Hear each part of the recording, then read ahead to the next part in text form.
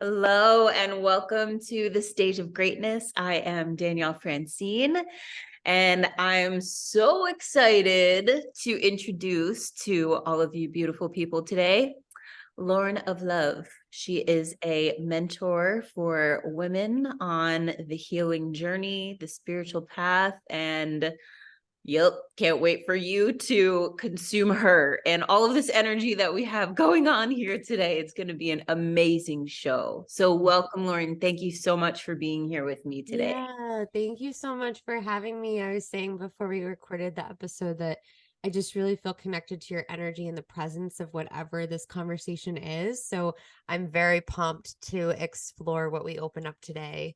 Yes, yes, Yeah, me thank you for having too. me. Thank you. Thank you for sharing that with me. And so, for everyone listening, I just want to give you a little background on my experience of Lauren. So, I want to say it was probably like maybe 6 years ago. I still lived in New Jersey. Um, I was, trying to get my business off the ground. I believe I still had my CrossFit gym at the time, and I came across Lauren and she was like business badass. And I was like, yeah, I need this girl in my life. So, I invested in one of her courses. It was amazing. And then all of a sudden she was gone. No idea what happened to her. Right. So fast forward until maybe about like, I want to say like 6 months ago, you had appeared in my feed, and whatever that post was, I want to say it was a still shot of you. And I remember you being outside in nature. I remember feathers and reading the caption of the post. And I just had like the chills run through my body. And it was like, like we said before we started recording, when you see somebody else that is on the journey, a similar journey as you, a healing journey, a sharing her story, supporting other women, being that permission slip, just doing that work, it's like instant love, like instant connection. Even if there's no conversation, I was just like, oh, look who it is. What are you doing? What have you done? Yes. Yeah. Oh So, my yes. God. So, I'm so excited to talk about all the things in between. Me too. Yeah, it's been a long journey. I think that there's been this really interesting phenomenon that's happened in what I've been observing, in that women over the last like 6 years have felt this very deep uh powerful initiation into something new in their life. And I've watched it kind of ripple, not just through my own life but also through what I'm seeing with other women. And so it's really fascinating because a lot of women are coming into my field again, returning, and they're saying the same thing, like, whoa, like what happened to you, and like where have you been? You look different, you sound different, you feel different. um yeah, and I think that it's really important in this online space where we see so much competition and we see so much of what we aspire to be like, that there are also people out there who are resonating relation. Like I relate to you, I understand you, I'm going through, I'm walking with you. And that's really what I want my message to be about, is like, yeah, okay, I can help you move the needle forward in life, but like, here's how I'm walking. Would you like to walk with me? And I think that that's like real sisterhood. And that's what we need in this world when we're creating change. So, yeah, really cool to be here with you. Absolutely. Thank you. And thank you for saying that. There's such a, that's something that my partner says to me all the time. He's like, I'm not walking in front of you and I'm not walking behind you. I'm walking right next to you. And Mm, that's such a powerful, just the energy that comes from those words and the feelings. So for you to say that, for me to say that, to anybody that knows us or sees us in that online space, that we're not up here. We're sisters. We're all right here, right next to each other. So yeah. yeah. Yeah. And that's where the really powerful work can happen. Like, I was talking to a friend the other day and she was saying she's going through some relationship growth and she just had a baby. And so there's like a lot of shifts in her dynamic with her partner. And she's been working on her feminine energy. And she said to me that she's spent all this money on coaches and all these courses and all these books. And then instead, one day she had a friend over for dinner, and that was it. It just changed the game and like woke her up and made her realize everything that she wanted to realize. And she's like, man, why did I do this sooner? Like, and, you know, and that's the thing. Like, you know, we're so powerful when we come together in a collective space, and that's really what creates massive change. So I appreciate that you have a similar perspective as well. So cool. Awesome. Awesome. So I am super curious how you got into this journey, right? And so for those of you that don't know what we're talking about, right? Working with medicine, plant medicines, whatever type of medicine, what was that like? What was that like for you? How did Yeah. you jump in? Yeah. How did I jump in? You know, it's so interesting because I feel like Danielle, like there's this whole perspective of this where you're like, you know, figure out the pitch and just like make, you know, make it sound good. I'm like, to be honest, I'm still figuring out the answer to that question. So like, you know, I'm not going to be able to like concisely say things in like a professional way, but essentially in 2018, 2019, I was at the peak of my financial status. I had, you know, a $700,000 a year online brand. I'm really good at marketing. I'm really good at sales. I'm really good at entrepreneurship. And we were thriving, but not thriving, you know, behind the scenes. I was struggling with mental health issues. My physical body was starting to get really fatigued. I was experiencing weird brain fog things and a hard time remembering stuff. And you know, on top of all that, I had a lot of tumultuous energy existing in my team. I had a team of 5 at the time, and nothing really felt safe about where I was. Nothing felt grounded. Mm, Nothing felt empowered. And it was really hard to face that because as an entrepreneur, I was teaching people how to be successful, and where I was not where I wanted to be. And so I was dealing with a lot of mental health challenges, and I had a particular medication I was taking at the time. It was the last of many medications I had been on with a history of trauma, sexual assault, abuse in my teenage years. But I was trying to come off of all these medications at the time too, and I couldn't get off of Prozac. It was like really challenging. And after 7 years of heavy medication, a friend of mine said, well, you know, mushrooms are really great for this. And I was like, I had never done psychedelics. I had never experienced anything like that in my life. I was terrified. But when you try so many different things, and like, you know, my mental health status was at a place, you know, at one point where I was admitting myself into psychiatric facilities, not when I had my business, but like years before, you know. And so I wanted to not be on this suffering train anymore. And I had my first mushroom sit, and it was like, you know, really sacred space, heart opening experience. And like, boom, it just blasted me into love. I felt mm, a level and relationship of with love and joy that I had never experienced in my life before. mm, It was so profound. mm, Um, but then I had to integrate that. And so, you know, basically there are a lot of pieces to this puzzle, but essentially um my physical health took a really serious toll in, and it was getting dangerous. Like I was thinking about getting a wheelchair. I was having all these chronic, my hair was falling out. I had rashes all over my body. I was 60, 70 pounds inflamed. And that was because I had a lot of repressed trauma and Lyme disease, and I didn't know. And so the mushrooms were kind of this invitation into recognizing that, hey, earth-based medicine is actually a real thing, and it works, you know, like my yeah. mental health issues were gone. I didn't need medication anymore. And so then that led me to ayahuasca, and I went to Costa Rica because I had a lot of sexual trauma. And I know this is a long story, and forgive me. Oh, But please I went do. to Costa Rica because, again, seriously chronically ill, didn't know what to do. Heard that ayahuasca is a healer medicine. I was desperate. Western health was not giving me any answers.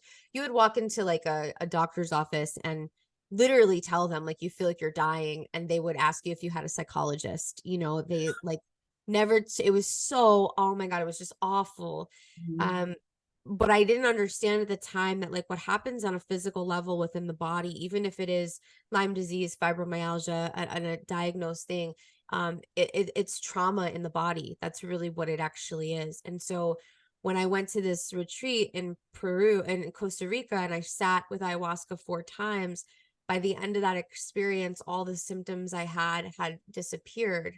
Mm. And I realized that this was the answer that I needed to continue to study. So I went home from that experience, and about a couple months later, I was leaving my business and going to Sedona, the land of plant medicine and shamanic technology, to study. And I lived there for a year.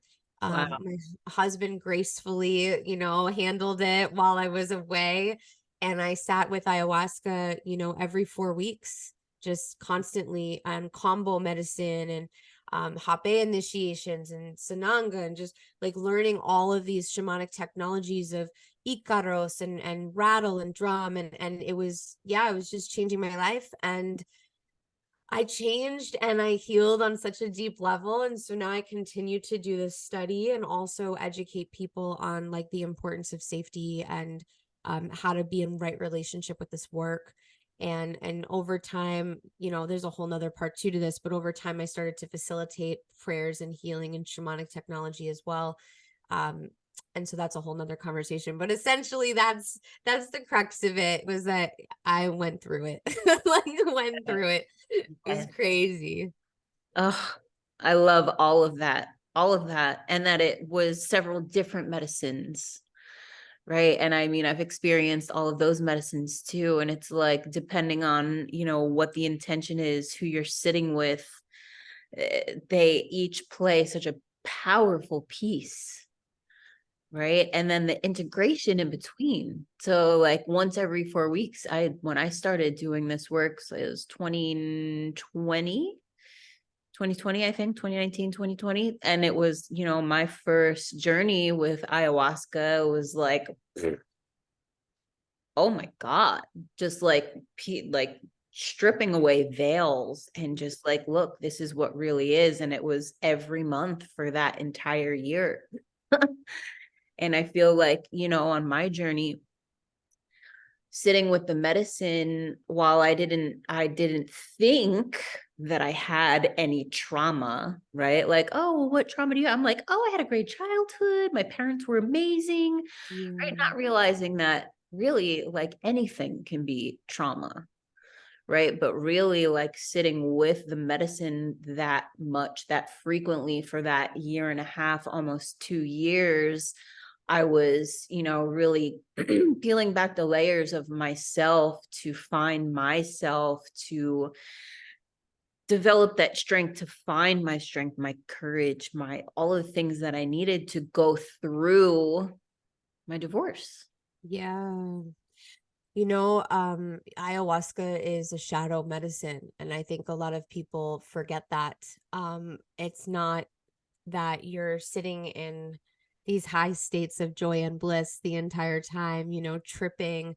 It's like it's work. Like my teacher, when we pour medicine and we sit down and we're in our prayers, the very first thing he says is like, let's do some good work, concentration, my brothers and sisters. And like, that's the thing. Like, I think a lot of people are actually really afraid of this work because they're afraid of the shadow, and they're afraid to face things that they haven't faced before. But when you don't face those things, they create such dysfunction and such dis-ease in your life. And that shows up in many ways: relationships, body, finances. It's everything that we see as dysfunction in our 3D reality is a manifestation of what's underneath within ourselves. And so, like, aho to you, sister, for doing that work. That's fucking awesome. Yeah, honored to sit here with you and have this dialogue, knowing that you've been deep in your work as well. Mhm. And every medicine has its purpose, like you said. I wouldn't be here today without Combosito, Bufo, like, all the medicines. And I continue to study, and it just looks a little different now, but Yeah. yeah. Yeah. And it will continue to look different, right? Yeah. Because it's like the newest version of you. And then Mhm. sitting with that, and then, just better and better and better and better, layer, layer, layer, layer. Yeah. Yeah. And so, like, really, I feel like you have been such a permission slip for other women, right? Just you being willing and open and really wanting to be seen for what you've experienced, the trauma that you've endured and basically stored, Mm. not knowing, and then realizing what that was. And okay, look, I found how to, and I'm doing it, and I'm going to show up as that. And you can too. Yeah, and like my trauma, my rooted trauma, like essentially is that I had a very sexually repressed, angry father, right? And I had a completely anxious, paranoid mother Mm. and controlling mother. And when I was 19, I was publicly raped, right? Like I had serious stuff that brought me to suicide attempts in my life. And so there's a real difference between like being functional and being integrated in what you've experienced and done and been through, right? And I think that both are important, right? It's important to be functional. We deserve to be functional.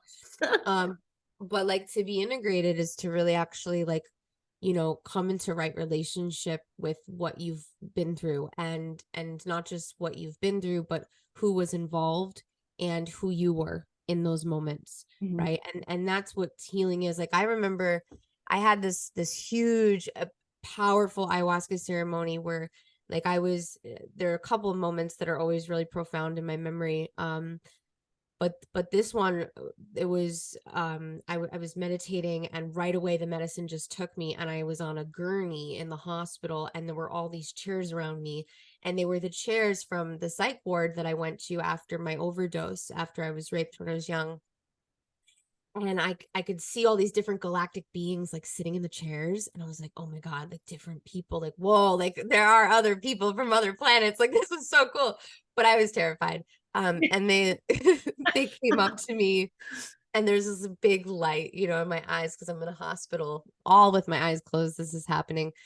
And they say, okay, we're going to work on you now. And then all of a sudden I could see all these different um uh, cords of like IVs and blood transfusions, and I could feel my body being pumped with new life force. And it was, oh my god, I get chills when I talk about it. Like it was Yeah. so miraculous. And I remember I went up to my teacher at the time, because in that ceremony my trauma kept coming up after that. And I said, you always say like you have to feel it to heal it, but do I really have to feel this? And he's like, and takes his time. And he's like, yes, but um you feel it in a different way. You feel it outside the experience. You feel it for who you were and what you went through. And I just cried for the girl that I was, right? Like, and that's the thing that people, I don't know why this came up. It just intuitively felt alive, but like people are afraid to walk this path because they're afraid to relive things, because they don't want to re-experience them. But you never do. It's always in a very different way. It's a sidestep. And while I'm not the type of person to say that I'm wanting to be seen for my story, I think that what's really important is to encourage other women to be vulnerable enough with themselves to really face what maybe they feel uncomfortable with or afraid to look at. And if I can show women that like it's safe to do that, you know you're safe to do that, I feel like that just opens the doorway to such transformation in people's lives. So yeah, it's cool work. I know, Yeah, it's cool yeah, work.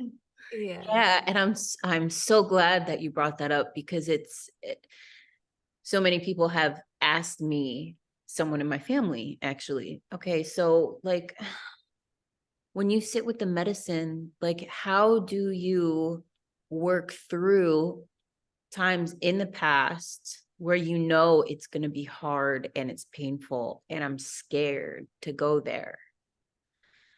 And similar to your answer, it's like, well, it's not, you are not reliving that moment. Like when I go there, and I was always nervous to have like a really rough journey. Like I've seen some people like going through it and I'm like, oh God, I don't want to do that. And when I finally surrendered completely and allowed myself to go through that, it was more of a seeing myself, what I went through, like I was in a movie, like watching myself, Yes. just grieving for that version of me and the compassion that I have for her and what she endured. Yeah. So like my answer was that, but also like you can go through all of this with love, right? And that's something that my shamans always say, like, love, with love, be gentle with yourself and always have love. Yeah. And even the hard stuff, like, one of the things I'm really passionate about is oh man, it's just like such a deep conversation, but safety in ceremony spaces. And having been on this path where, I have a teacher, I'm apprenticing, I'm studying in all these different ways. Um, I have the not so joyful opportunity on this path to experience the hard lessons of being in certain ceremonial containers as a participant where I've witnessed really unsafe spaces. Mm. And I think part of the reminder that's really important is that like everything that we are doing and everything that we are holding in those ceremonies and all the deep, dark, heavy, gnarly stuff and all the shadowy, people are like, I'm scared to see demons and I'm scared to have like, what do I do with entities? Like that whole, it's this whole thing. Um, but like everything that you're seeing and everything that you're walking through is a reflection of where you're at. It's literally a perspective and a projection through your own eyes of what you are physically holding. And what's also important to remember is that all of that is there for love. Like even the stuff that shows up that's really intense, that's really gnarly, that's really scary, it is there for love, and we have to remind ourselves of that. Obviously, there are weird circumstances where things are not in right relation. But when you're in a good held container, it can still be scary. It's normal. Yeah. So just reminding ourselves that it's all there for love, and my trauma, I look back at like the gnarly stuff that I've been through as a human being, and I actually can say that was there for love. Brought me so deeply close to myself. Oh Mm. my God, what a gift. And it takes time to get there, but I'm happy I am. So Yeah. yeah. Yeah. Yeah. And that's amazing to arrive at that place, right? Mm, And to look back and see the relationship that you had with it before and yeah. the shift and the transformation that it brought. Yes. Yeah. Yeah, as within, so without. Like I'm sure you can relate if you look at pictures of yourself from 6 years ago and you're like, whoa, like what? Like who was I? Who was I? I Oh, could see it in my eyes, like the suffering and just how unhappy I was, like how unclear, and it's really cool to see that. yeah. Really cool. All of it. Eyes, skin, your skin tone, your, Yes. yeah, yeah, everything. Yeah. Amazing. Freaking love it. I love it. I love it. Um, so what would you, how to ask this question? Yeah. So what advice or what guidance would you give to, women that are in a place of, because I feel like I've been in the place in years past of like, I don't know who I am. I'm looking for something. I don't know what I'm looking for. I think I'm happy, but I know that there's more. Mm, Have you experienced that? mm. For sure. For sure. It's like every every journey starts with a curiosity, right? And some people are pushed, like I have curiosities and then I ignore them because I'm like, that feels scary, or, like I won't try that. And then I mean, that's my personal relationship with the universe. I don't know about you, but I feel like I'm really stubborn. And so I'll like stick to something that's not necessarily great for me until the universe slaps me on my butt. Time now, go. Okay. Time now. Um, but if I look back, all those decisions first started with curiosities that I ignored, right? And I think it's really important as a sovereign woman, which is really what we're studying. We're studying the energy of sovereignty and all this work. It's like that's the word. We're clearing out what doesn't serve us. We're clearing out what doesn't belong to us. We're clearing out what we've been holding that's not our responsibility to hold, and establishing new boundaries and cultivating new ways of life. So in that study of sovereignty, one of the most important things to do is to listen to yourself. And when you have a very strong internal knowing that there is more, Mhm. and if you couple that with any feelings in your life that like what you have now is a settling, Mm. it's time to really look at that, Yeah. right? It's time to really explore that. And I want to be clear on that too, because um this is something that's really been on my heart lately. I feel like there are different ways to interpret that. Like maybe someone's listening and they're like, oh, yeah, I'm settling in my marriage. Well, you know, I used to think that when I was really sick and settling for suffering in all areas of my life. Mm. And when I started to do this really deep work, that wound and that story came on really strongly. And today I have like the best relationship with him, and our relationship is so deep. There are other women who go in a different direction and they realize that their relationship is not for them. So I want to just be clear that like it's not about leaving or staying in any of your situations, but about honoring the energy that's present and listening to it to guide you, because sometimes it's not what spirit is directly saying, Mm.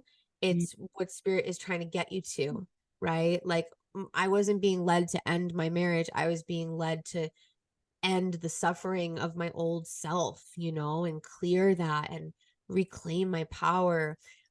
So start to listen. And I think that something that's really important is to focus on the establishment of inner trust and self confidence. A lot of women who, don't know what they want are in those situations in their life because they don't spend any time with themselves. They're on social media, they're watching TV, they're taking care of the kids, they're going to work, they're listening to the radio, right? You need to like cultivate your inner knowing, and anything that needs to be cultivated, you need to spend time doing it. So like that's the first step, is like spending good quality time with yourself, Mhm. and developing confidence through that, because a lot of women who don't know what they want, who are unclear because they've spent years sacrificing their own dreams and desires, and they shut off their creatrix energy, and then they just don't know. They become indecisive.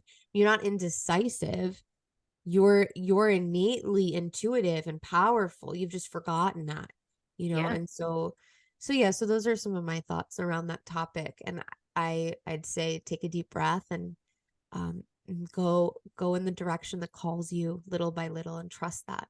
Yeah. Yeah. I love all of that.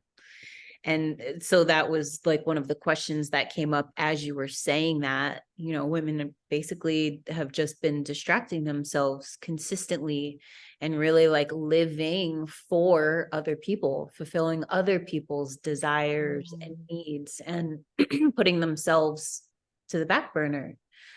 So, like, what is the thing, or what are the things that women can, use to develop that inner confidence in their intuition, in their voice, right? Mm. And like Yeah. spend time with yourself. Yeah, for me, like a big part of it was like um learning how to sing again. Yes. I now I sing a lot in ceremony. It's like a whole big part of my purpose. And I had spent years not using my voice. And if you were, I tell people to answer this question of like, what do you do? I tell people, think about what you like to do as a child. For me, I loved to sing and I loved to run around trees. Like those were things. I would just like, I would literally run around trees and pretend to be Simba. Like that was Oh my my, God, I love it. Simba was my first boyfriend. Like I was just so obsessed with Simba. Jonathan Taylor Thomas. Yeah. Yeah, me too. But not actually him. Like I didn't find out that that was actually his voice until years later. But Yeah. like Simba, I would have dreams about Simba. Like, Aw. yeah, I just loved him. Um, yeah. So anyway, like, I really connected to nature and I really loved um singing. And so part of turning your intuition on is about recognizing what you really love. I have a client of mine, she just started salsa dancing because she used to salsa dance when she was a kid. I have another one who loved to ice skate and she started an ice skate. So, it's like you find the things that brought you joy and you bring them back. The second thing that I really invite people to do is to find some sort of the thing here about silence, right? I'm going to give an example and then intuitively this can apply to many things. um, we need to hear the answers, not just within us, but outside of us as well. And so something I like to do is like spiritual arts and crafts where I will get like, yeah, it's a really cool project. Like go get seashells on the water, go get some feathers that you find, go collect some little pieces of stone, whatever, and you put all your things down and you light a candle and you put on some spiritual music and then you go one piece at a time and you listen and you like, okay, I'm going to take this now what, and then you hear each message and you start to build something and you're practicing the listening, right? And so I'll do that with like rearranging my house furniture. I'll do that with like painting. It's just like there's so many different ways to do it. But that's a really really important tool, is to start to learn that knowing.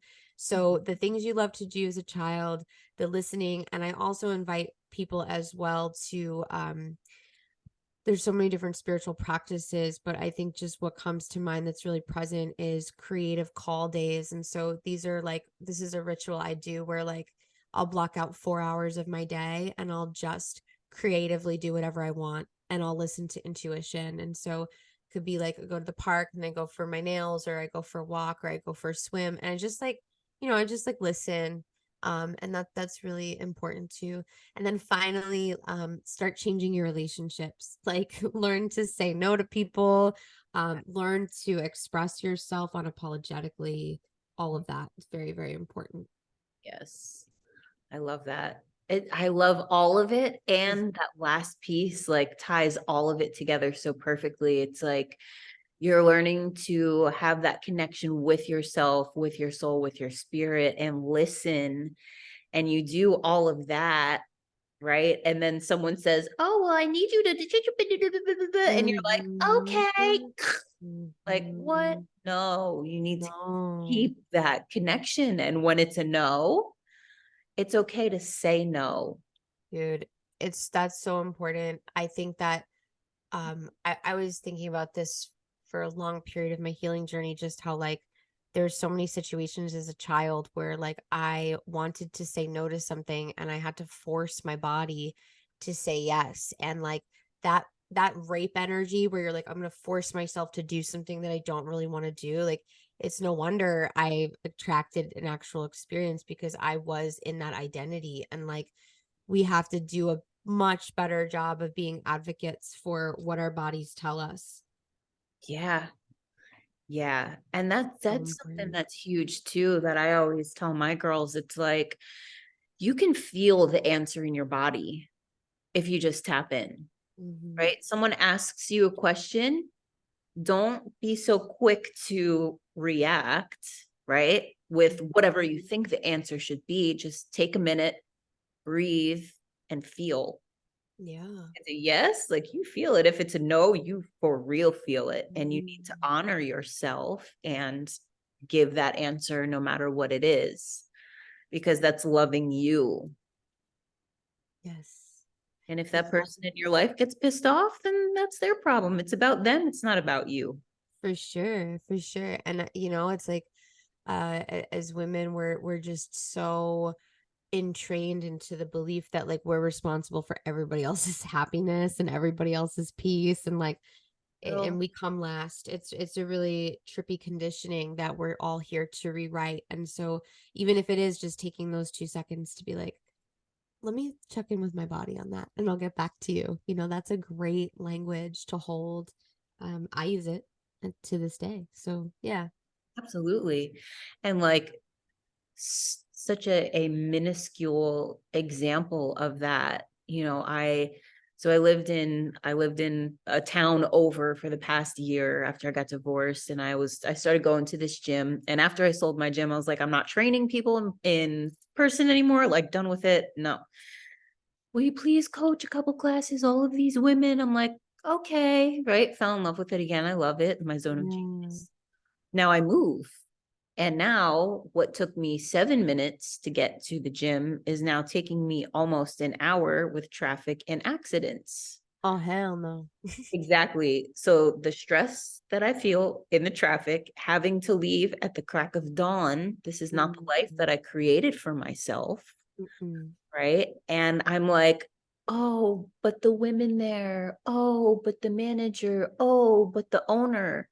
Right. And it was like, Danielle, no, you. Yes. And as soon as I tapped into it, it was like, okay, but can I stay for two? No, now. Yeah. Okay. This morning, it was like, no, sorry, hard no, but I just no. Mm. And it was like Well, just good for the you. honoring, thank you, the honoring of myself, and just the energy and the feeling of that is, you know? Yeah, it's so fascinating because when you start to respect yourself with those choices, the universe starts respecting you and like more opportunities. Like for me, when I went through all of those really difficult times in my life, when I ended up moving to Sedona to do my sabbatical and like shut down the business and completely like burnt everything to the ground, I was saying no to something that didn't feel authentic anymore. And now today, I have more success than I could have ever hoped for, right? I have a beautiful relationship with my husband. My team is phenomenal. We're making such immense change in the world. And that all came because I let go of what was not in right relation. And like, it's a really important thing. Mhm. Yeah. And so hard for so many people to do. I mean, really, when is it ever easy? Like, oh, I have to let this huge thing go. Okay, bye. Not even thinking about you ever again. Yeah, right. Yeah, show me those people. I got some questions for them. Like, bring them on the podcast. I want to know like how you do that. Yeah, because we're all really freaking sensitive, man. Like so sensitive. Yeah. And really, it's like we all care about other people Mhm. and their feelings. And the Yeah, last thing that we want to do is hurt other people. for sure. But remembering and reminding ourselves that um when we are hurting ourselves, we are hurting other people. Mm. Yes. Yes. Boom. You Mm, nailed it. Nailed it. So I think that we could continue talking for hours and hours and we hours. could. Totally could. And I love being in this space with you. And I Yeah. want to thank you again for being here with me. And I also want to ask you if there's anything else that you're feeling that you want to share or say. Mm. Yeah, I think we spent a lot of time talking about the navigation of plant medicine world, right? And I will just say that for anybody who is really called and doesn't have the opportunities being presented, that's a question I get asked a lot, is like, where do I go? And like, if you're hold a prayer, like hold a prayer where you will manifest those things and pray to ayahuasca. When the doors are open, she will present herself. You don't have to go seeking. My relationship with ayahuasca just popped up. It was like I got an invitation and I was like, oh, okay. Combo, same thing. Mushrooms, same thing. So like these medicines, we don't use them. We respect them and let them guide us. And so that's just something I feel called to say. And then I'll also say that for anybody who maybe feels the pressure or the belief that they can only heal with plant medicine. That's also not true. So, these are just my personal experiences. I think there are many out there that can share incredible journeys of healing through breath work and somatic release and EMDR and yoga. And like that was just not my path. And there are many paths. So allow yours to be what it is. Yes.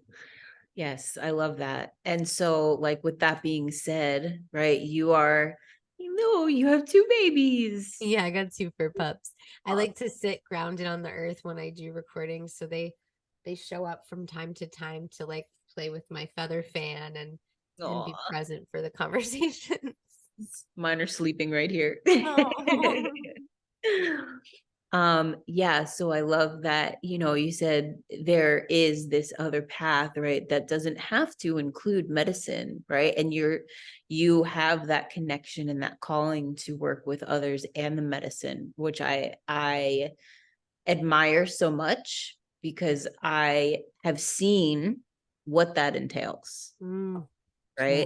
challenging. And the space and the energy that you need to hold for that for other people. So thank you for doing Mm. that. And the word that you had mentioned before, creatrix, right? So I have basically, so I've been building a program called Creatrix. No way. Yes, it launches tomorrow. The Oh doors open my God, that's so tomorrow, and it wild. is all of the other things. It is meditation, it is breath work, it is Mm. EFT, it's so many different modalities Wow. are not plant medicine, right? Mm. Because either not everybody has access for it to it, or they're not ready for it. They're a little scared, Mhm. right? So, okay, let's start this journey here and let's really step into our power I that love that. goddess flow. Yes. I So, love that so much. girl, we flowing.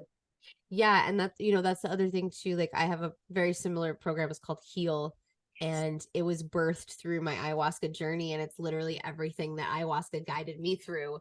And like that's the way it goes. That's the way it goes. We take the medicine and we're translators. That's it. Yeah.